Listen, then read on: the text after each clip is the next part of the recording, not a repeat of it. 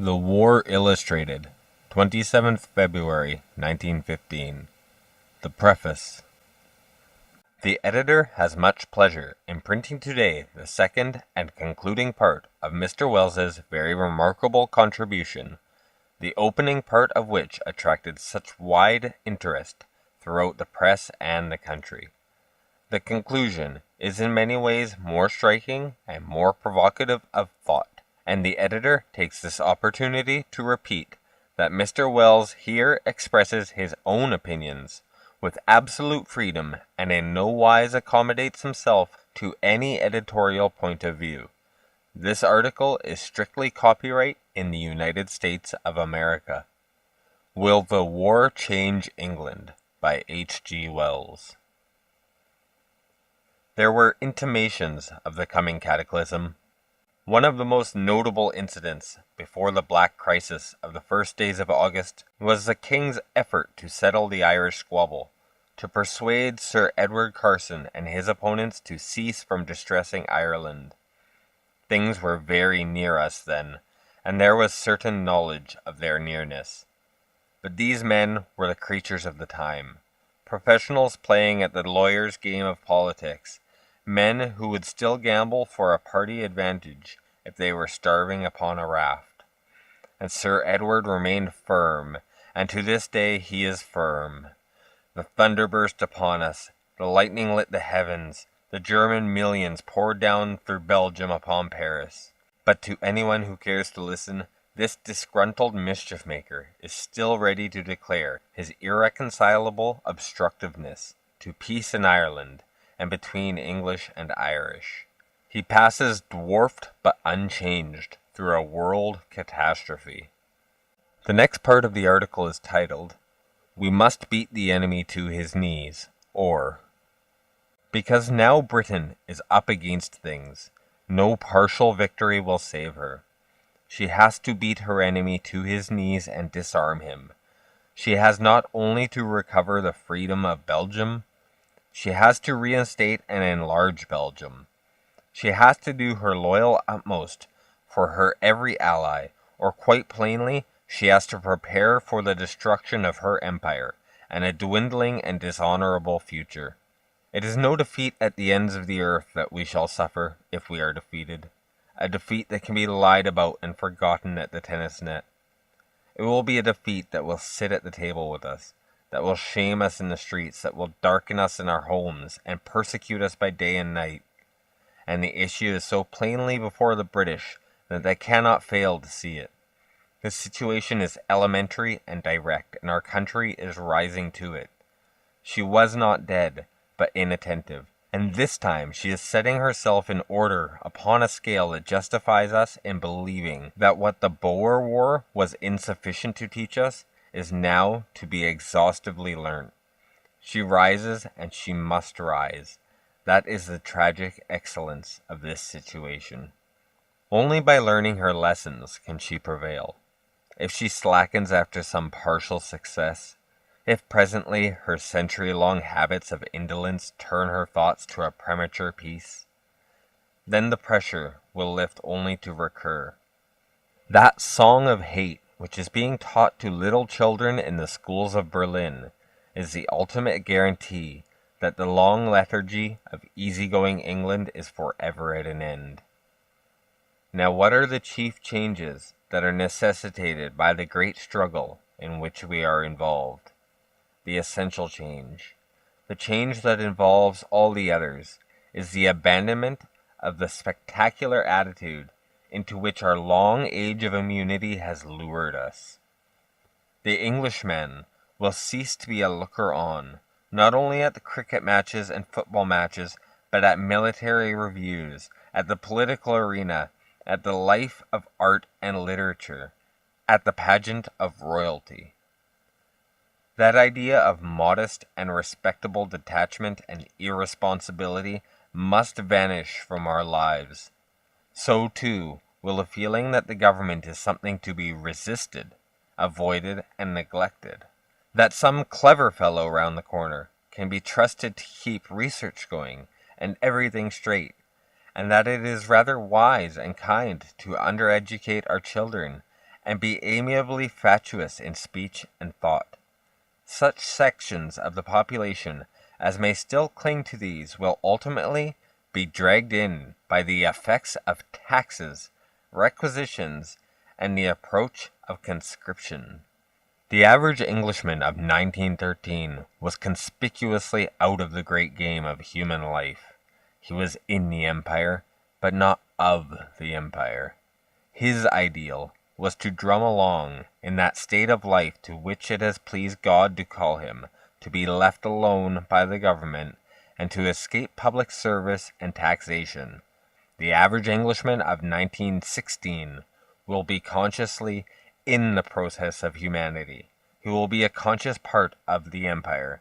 He will be as much in the game as a halfback at football, and as keen that the goalkeeper and forwards should play their keenest and best. The next section is titled, "The New Englishman After the War Will Want to Go On Doing Things."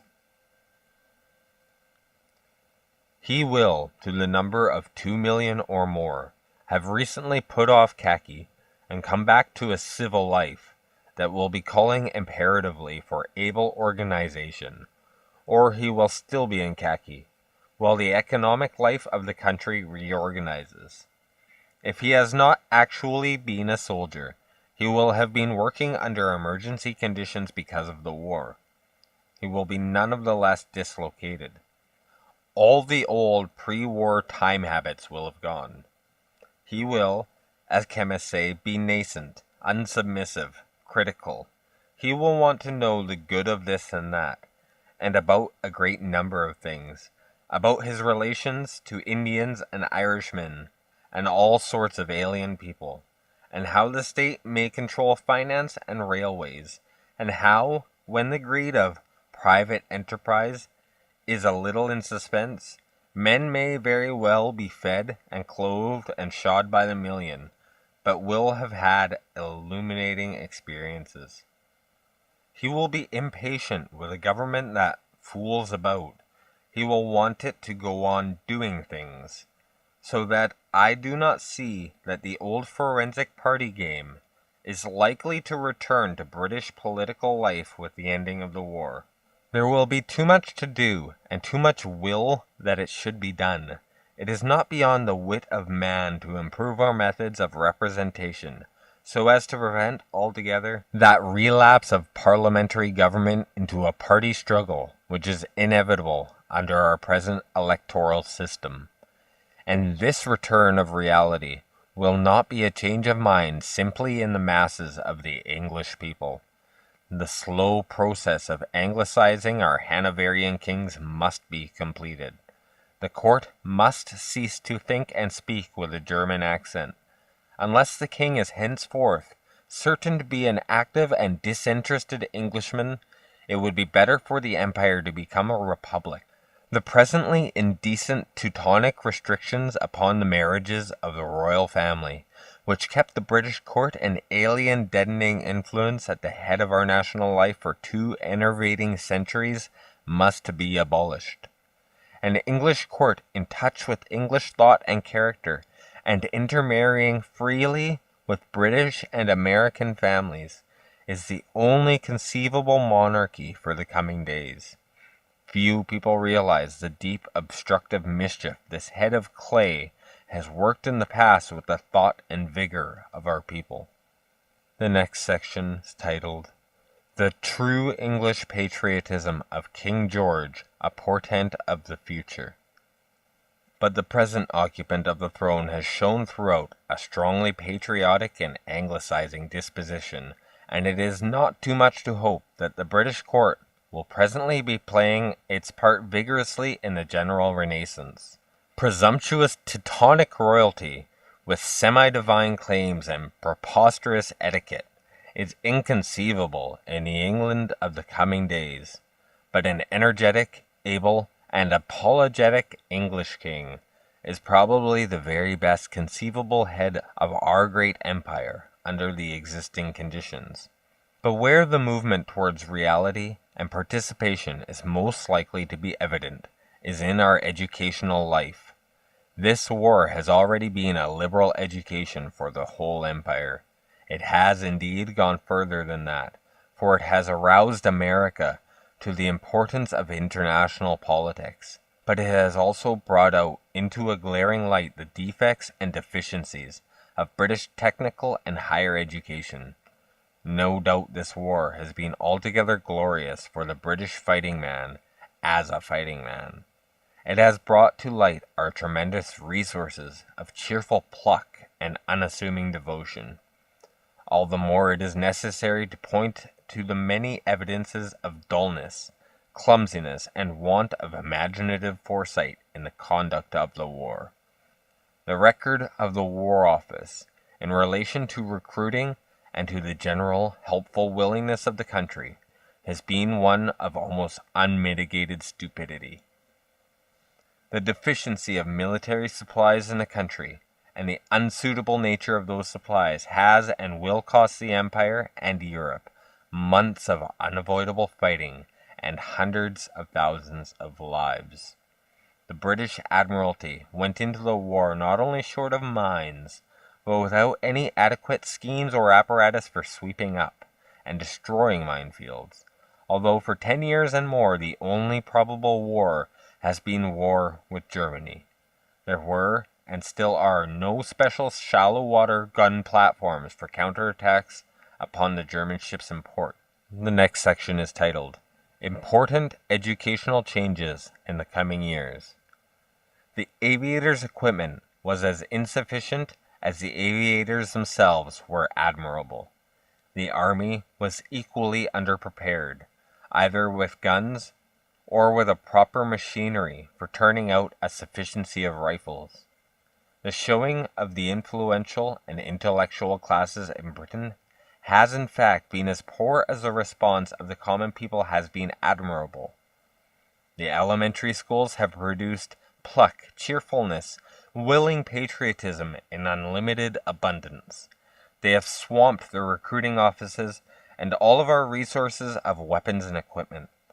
The public schools, though they have been patriotic enough, have produced no equivalent leadership and mental vigor. We must have schools that will fill our children's minds with the habitual veracities of science, with a knowledge and understanding of France, India, and Russia, and of the great world outside genteel British life. We want schools alive with criticism and intolerant of cant. The thing is so patent, it continues so conspicuously obvious, that no class conceit, no vested interest, no social influence can now stand in the way of a vigorous overhauling of our universities and higher schools. A great renaissance of national temperament. From these considerations, one may deduce that the Englishman of the future will be a keener, abler, better educated, and more responsible type than the Englishman of the immediate past. He will have learnt the danger and absurdity of giving respect to position rather than capacity. He will be more jealously alive to the national honor in politics, and with a quite new hostility to that venal ennoblement of financiers and contractors, and such like stuff which he has been hitherto disposed to regard as part of the jest of life. He will be more alert about the monarchy, and more helpfully critical of it. He will be more impatient of humdrum and cant. He will feel that he owns his country, as he has never felt that ownership before. He will have bought it in the trenches of Flanders and the battlefields of Prussia. He will have come into his own, and being alive and awake, he will no longer read for slack amusement, but to inform and fine his mind, which will be a good thing for literature. And having a quick mind, he will no longer tolerate sham and pretentiousness in art. Even now, he changes visibly to this new strength and dignity. You can conceive no imaginable sort of success in this war, no sort of event that will give rise to the rowdy follies of Mafficking right now. It is Berlin that will Maffick. They will wave flags and decorate and sing of being over all and of the splendors of their hate, until a chill of what is happening touches the Berliners to their bones and their shouts die away. England has come to reality at last. She carries her life in her hand. It shows us that reality is itself a construct, and what's going on internally on a subatomic level belies what we're actually observing. Quantum physics to Newtonian physics is to me what queer theory is to heteronormativity, i.e. looking for normative constructs of society, male, female, of gender, of race, categorizing everything in a kind of neat, rigid way. I am very comforted by this as a queer person with no real fixed identity. It gives me immense hope that there's this model of the world, this real physical, philosophical model which shows us that reality is just a set of contradictions with no real fixed foundation.